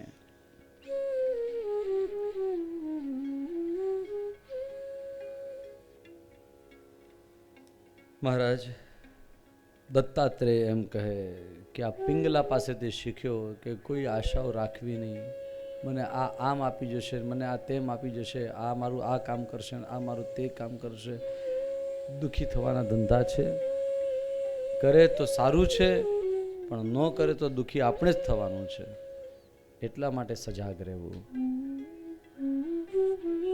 એક કુરર એટલે ટીટોડી નામનું એક પક્ષી આવે, એના મોઢામાં માંસનો લોચો હતો ને ઉડીને જતું હતું, ને બીજા બધા જે કાગડા, ગીધ, સમડી એ બધાની પાછળ પડીને એને ચાંચો મારતા હતા. જોરથી માર્યું અને પેલો માંસનો લોચો મોઢામાંથી નીકળી ગયો અને તરત બધા જ નીચે. દત્તાત્રેય કહ્યું કે આ જ વસ્તુ છે ને જીવનમાં, આ પૈસા રૂપી માંસનો લોચો જ્યારે જેની પાસે છે એની આજુબાજુમાં બધા જ આવે અને એને બધા જ આમ ભોકે રાખે ચાંચો. ચારે તરફથી ગીધ આવે, સમડી આવે, બાજ આવે, નીચે પણ કૂતરાઓ આમ રાહ જોતા ક્યારે પડે, શિયાળિયાઓ રાહ જોતા ક્યારે પડે ક્યારે પડે.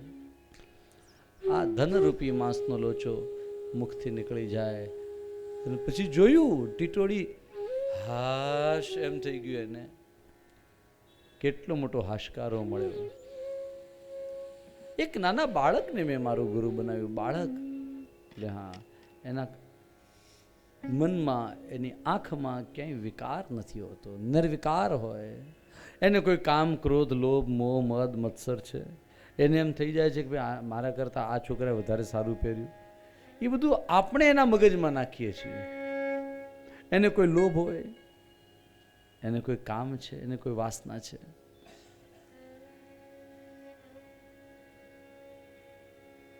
બાળકને રમાડવા માટે જાઓ, સોનાની ચેન લઈને જાઓ છો કે નહીં? રમાડવા માટે જાઓ તો શું લઈને જાઓ? જે લઈને જતા હોય બોલો જરા. નહીં બોલો, ભલે કાંઈ વાંધો નહીં. આ છેલ્લો દિવસ હતો, મને એમ કે કદાચ છેલ્લા દિવસે બોલો તો એટલે પૂછી લીધું. સોનાની ચેન તમે લઈ જાઓ તો બાળક માટે નથી લઈ જતા, એની મા માટે લઈ જાઓ છો, એના બાપા માટે લઈ જાઓ છો. સોનાની ચેન ન લઈ ગયા, ચાંદીનો ઘૂઘરો લઈ જશો તો તરત બતાવશે, લ્યો આ ઘૂઘરો પકડો. એના ઘરે છોકરો આવ્યો ત્યારે હું 1.5 તોલાની સોનાની ચેન લઈને ગઈ હતી, એની માં તરત બેચેન થઈ જશે. અને આ આપીને ગયા, લ્યો ઘૂઘરો, તો વગાડી રાખજો. ચેન તમે કોને આપો છો? કોઈ પણ વસ્તુ તમે કોને આપો છો? તમને એમ લાગે તમે જબલું આ છોકરા માટે લઈ ગયા?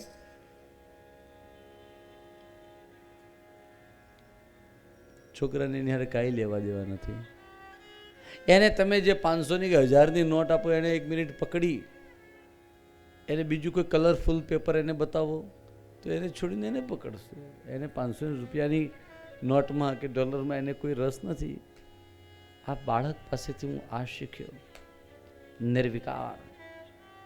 એને કોઈ પ્રકારે નહીં કામ, ક્રોધ, લોભ, મોહ. આ બાળકને મેં મારો ગુરુ બનાવ્યો. કપોતો અજગર સિંધુ પતંગો મધુકૃત ગજાહા મધુહા હરિણો મીન પિંગલા કરોર્ભકહા. કુમારી, એક કુમારી કન્યાને મેં મારી ગુરુ બનાવી. એ આમ પેલા છડતી હતી ચોખા, શાળ, ડાંગર કહેવાય, વ્રીહી. એની બધી બંગડીઓ હતી, એમાંથી અવાજ આવતો હતો. તમે બધી કાઢી નાખીને 2 રાખી તો પણ અવાજ આવતો હતો. 2માંથી 1 જ રાખી, અવાજ આવતો બંધ થયો. આ કુમારી કન્યા પાસેથી હું શીખ્યો કે એકલા રહે છે ને એમાં ક્યાંય દુઃખ નથી. આ 2 આવે ને, એકડે 1 તો બરોબર છે, પણ 2 આવે એટલે બગડે છે, બગડે 2. આવું એની પાસેથી શીખ્યો. એક બાણ બનાવવા વાળો પારધી હતો, એમ બનાવીને આમ જોતો હતો. એટલાની અંદર એનું કેવું કોન્સન્ટ્રેશન, એને આમ જોતો તો એની ધાર બરોબર છે કે નહીં. રાજાની સવારી એના આગળથી નીકળી ગઈ પણ એને ખબર ન પડી.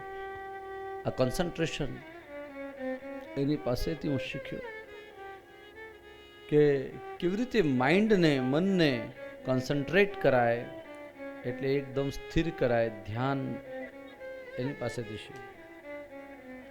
સાપ પોતાનું ક્યારે ઘર બનાવતો નથી, ઉંદર બનાવે. ભોગવે ભોરિંગ, ખોદે ઉંદર. એની પાસેથી શીખ્યો. સાપ પોતાનું ઘર નથી બનાવતો, છતાંય રહે છે મોજથી. તો આપણે બહુ બધા ઘરની લાયમાં ન પડીએ. ભગવાન જે એક આપ્યું એમાં મોજ કરીએ. ઓરણના ભી કરોળિયા પાસેથી શીખ્યો કે પોતે અનેક ઘણું બધું બનાવે છે અને અનેક વાર જાળું બનાવતા બનાવતા પડે છે, અને છતાં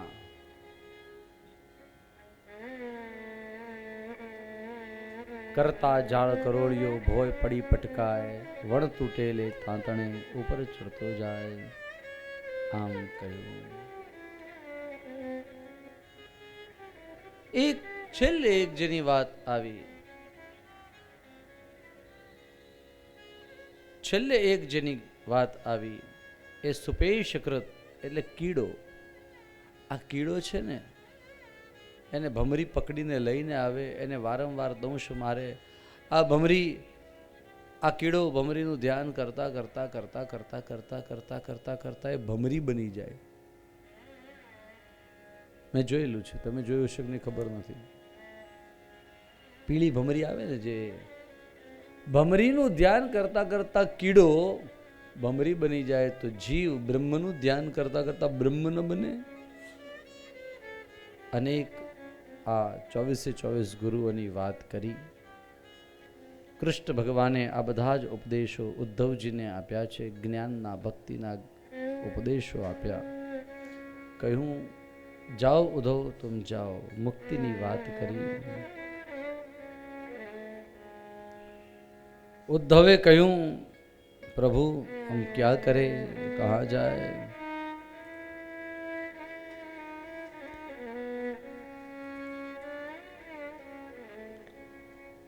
जाओ बद्रिकाश्रम में जाओ. बद्रिकाश्रम तरफ उद्धव जी जवा माटे निकळ्या छे. फरी पाछा आवीने दौड़ता आवी चरण में पड्या. बोले नाथ कि इस जन्म का नहीं, कई जन्मों का हमारा नाता रहे, ऐसा हम आपसे चाहते हैं.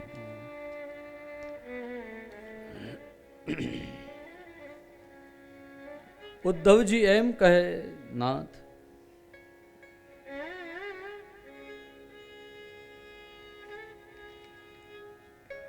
नमोस्तुते महायोगिन प्रपन्नमनुष्यादिमां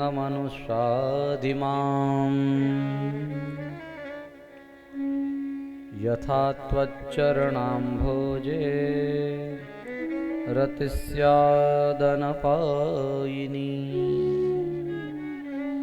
क्या मांग रहे हैं? हम आपके शरण में आए हैं. तो नाथ देना हो तो दीजिए जन्म जन्म का साथ.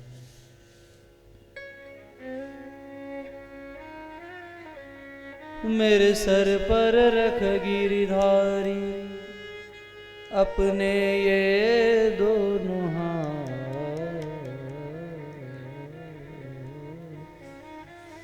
देना हो तो दीजिए जन्म जन्म का साथ.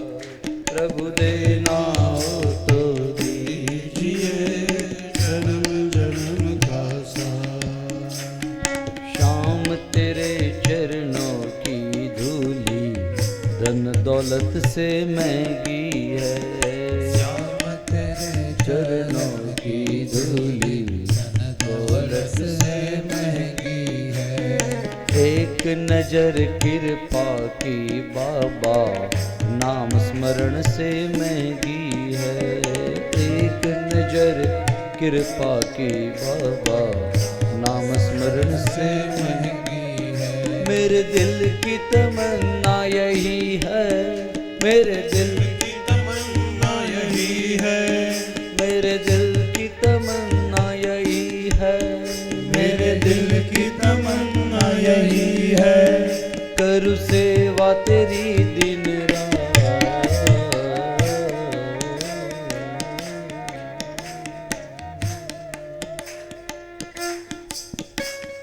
देना तो दीजिए जन्म जन्म का साथ. प्रभु देना तो दीजिए जन्म जन्म का साथ. मेरे सर पर रख गिरिधारी अपने ये दोनों हाथ. देना हो तो दीजिए जन्म जन्म का साथ.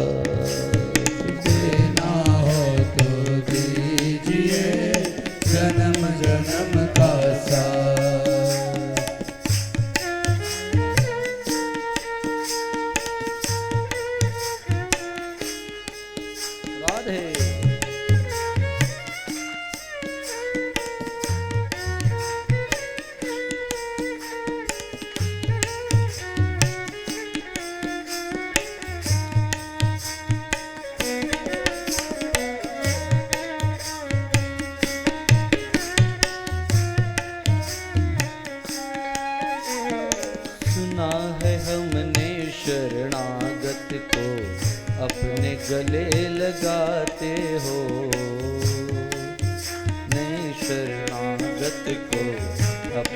गले लगाते हो।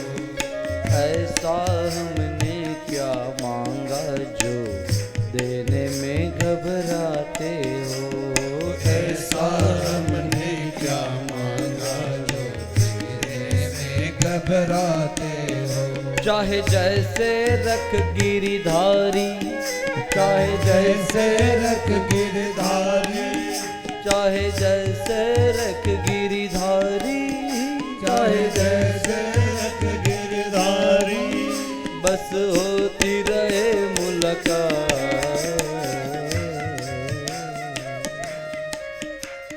देना हो तो दीजिए जन्म जन्म का साथ। प्यार देना हो तो दीजिए जन्म जन्म का साथ। प्रभु देना हो तो दीजिए जन्म जन्म का साथ।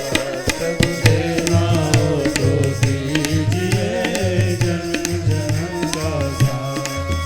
करूँ सेवा तेरी दिन रात, करूँ सेवा तेरी दिन रात। बस होती रहे मुलाकात, बस होती रहे मुलाकात। प्रभु देना हो तो दीजिए जन्म जन्म का साथ। देना हो तो दीजिए जन्म जन्म का साथ। कर कृपा की बरसात, कर कृपा की बरसात। सैव मुक्तो हरिमेध सोद्धवः।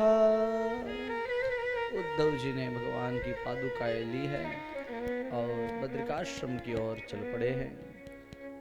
આ બાજુ પ્રભાસની અંદર બધા આવ્યા છે। યાદવોની યાદવા સ્થળીઓ થવા લાગી। દારૂ પીને મદમત્ત બનેલા યાદવો અંદર અંદર લડવા લાગ્યા છે।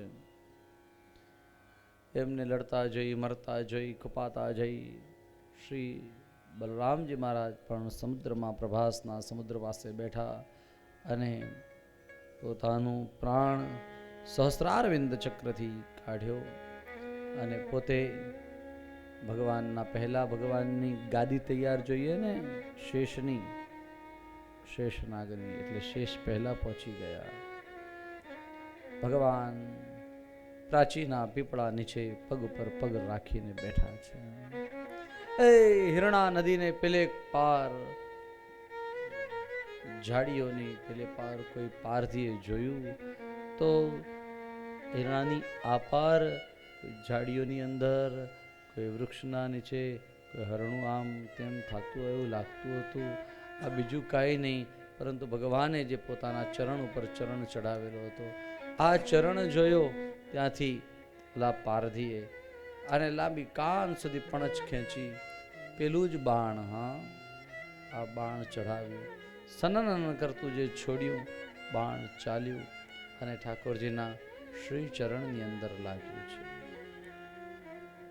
અને એમ થયું કે હરણ કઈ ભાગ્યું નહીં, દોડ્યું નહીં, ક્યાં હુઆ? ઝાડીઓને પાર કરતો પાણીના હિરણાના પાણીને આમ દૂર કરતો, જગ્યા કરતો, તરતો તરતો આ પાર આવ્યો। ઝાડીઓમાં થઈને જ્યાં બહાર આવ્યો એણે જોયું તો શ્રી દ્વારિકાનાથ બિરાજ્યા છે। એના ચરણમાં આ પેલું આગળ લગાડેલો ફણાનું બાણ એ લાગ્યું છે। અને ત્યારે આંખમાં આંસુ આવ્યા। બોલે નાથ हमसे गलती हो गई, अजानता कृतमिदं पापेन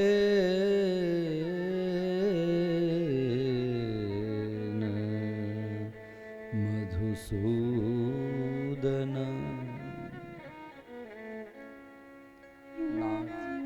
आज अजाणता मैं आ कर्યું, મારાથી બહુ મોટી ભૂલ થઈ। ભગવાન મુસ્કુરાए, બોલે તને એમ લાગે છે કે તે કર્યું? બોલે हाँ કેમ? बोले नहीं, ये तो हमने करवाया है। माँ भाई जी रे तम उत्तिष्ठा, भगवान बोले काम एश कृतो ही में, ये हमने करवाया, तू क्यों समझ रहा है तूने चलाया बाण, हमने चलवाया तेरे